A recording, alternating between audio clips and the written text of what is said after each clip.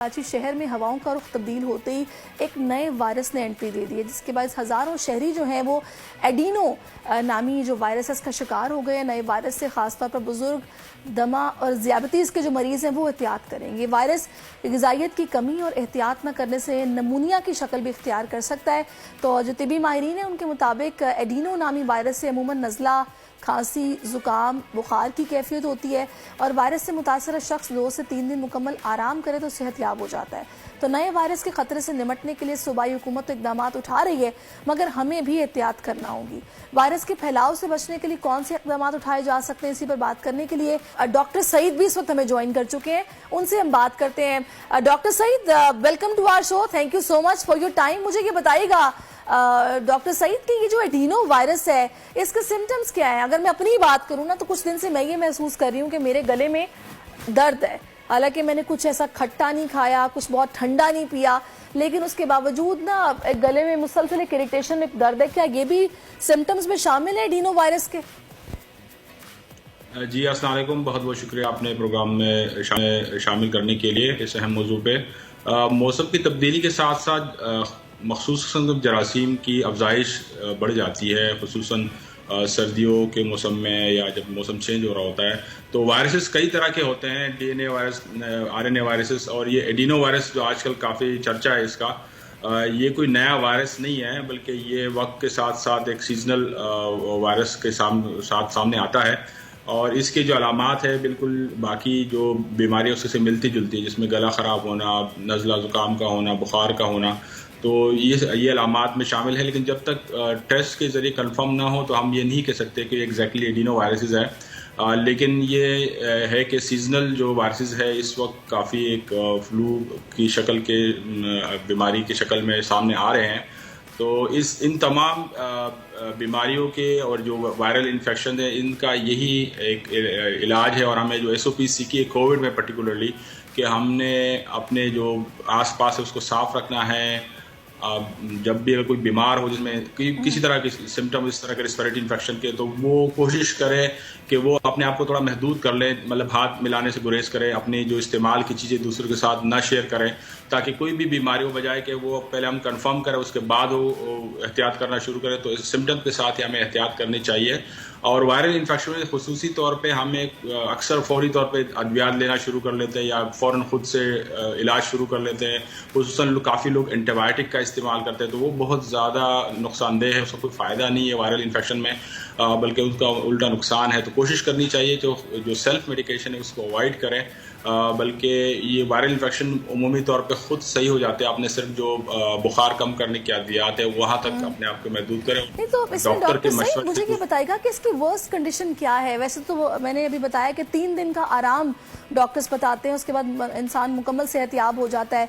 लेकिन अगर वो आराम ना करे तो ये क्या उनके नमूनिया की शक्ल भी कहा जा रहा है इख्तियार कर लेता है? इस हवाले से क्या बताएंगे आप? तमाम बीमारी के अगर हम एहतियात नहीं करेंगे तो वो अब शिद्दत इख्तियार कर सकती है। लेकिन जो एडिनो वायरस है ये कोई बहुत जानलेवा बीमारी कॉज नहीं करती। लेकिन अगर ज़रूरी के एनवायरनमेंट सिर्फ एडिनो वायरस है, अगर बंदा बीमार होता है तो एहतियात नहीं करता तो उनको दूसरे इन्फेक्शन भी हो सकते हैं। अगर गला ख़राब हो या ज़ख्मी होता है तो वो दूसरे बैक्टीरियल इन्फेक्शन भी हो सकते हैं, या कोविड भी इस वक्त काफ़ी नंबर ऑफ केसेस बढ़ रहे हैं तो वो भी पॉसिबिलिटी हो सकती है।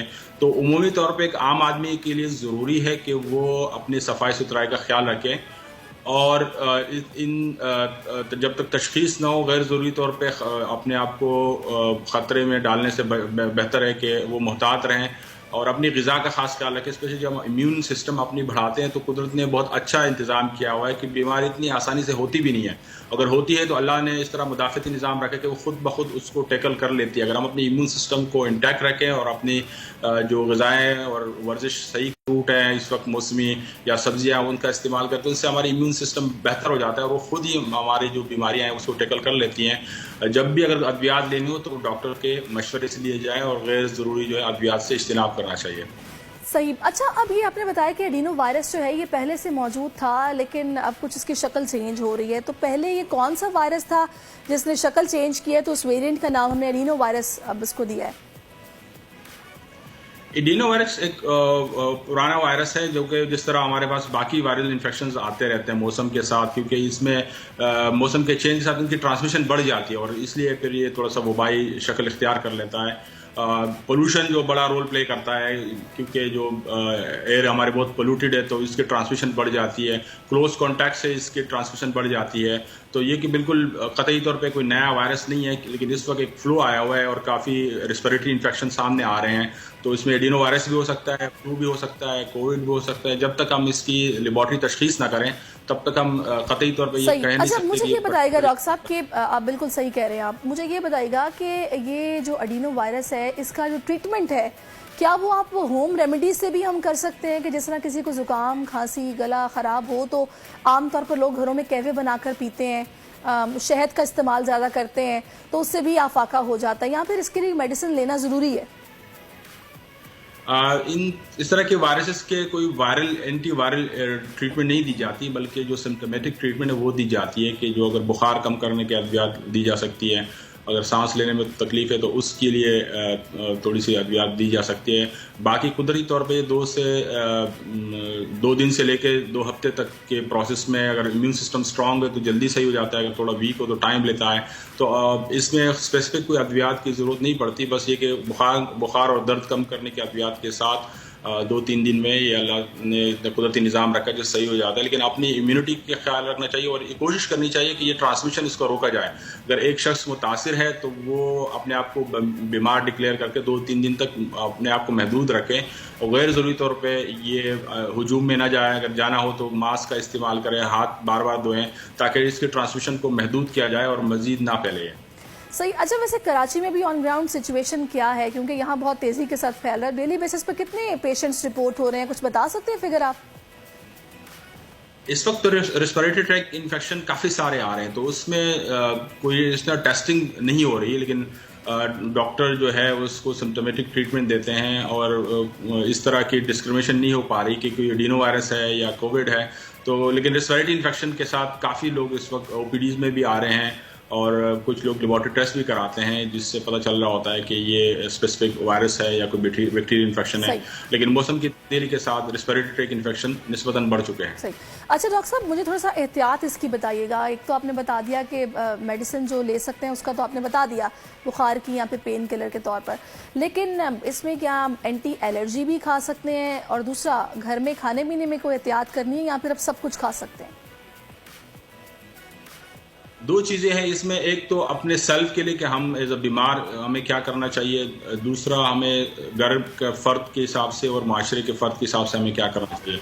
तो अपने इलाज के लिए तो डॉक्टर्स के मशवरे से हमें अमल करना चाहिए, या वक्ती तौर पे अगर बुखार कम करने की अद्वियात ली जाए या अगर नज़ला ज़ुकाम है तो उसकी अद्वियात ली जा सके। कतई तौर पर एंटीबायोटिक गैर ज़रूरी तो नहीं लेनी चाहिए, तो ये बहुत ज़रूरी है। फिर इस तरह की रेस्पिरेटरी ट्रैक को नॉर्मल करने के लिए स्टीम यूजुअली लोग ले सकते हैं और फल फ्रूट जिस तरह इस वक्त सिट्रस अवेलेबल है उसका इस्तेमाल किया जा सकता है, इससे आपकी इम्यून सिस्टम बूस्ट हो जाता है।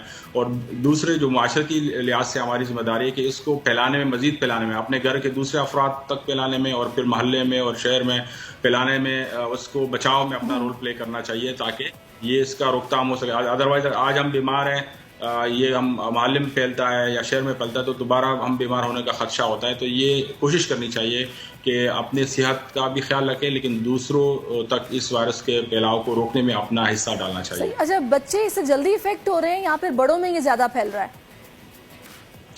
एडिनो वायरस एक ऐसा वायरस है जो तमाम उम्र के अफराद को मुतासर करता है, बच्चों को भी, बड़ों को भी और बुज़ुर्गों को भी। लेकिन बच्चों की और बुज़ुर्गों की चूँकि इम्यून सिस्टम निस्बतन वीक होता है तो उसको निस्बतन ज़्यादा मुतासर करता है और यही वजह है कि अक्सर स्कूल जाने वाले बच्चों में आजकल अगर आप देखें तो नज़ला ज़ुकाम या नाक बहने की ज़्यादा शिकायत आती हैं।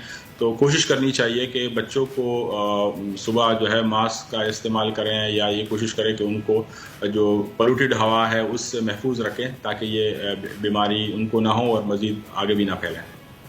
सही। अच्छा डॉक्टर साहब, इसके अलावा कोई एहतियात अगर ऐसी है जो कि हमें करनी चाहिए, घर से बाहर मास्क लगा कर निकलें या फिर वही जो कोविड में थी हैंड सैनिटाइज़र का इस्तेमाल, ये सब भी ज़रूरी है या फिर सोशल डिस्टेंसिंग?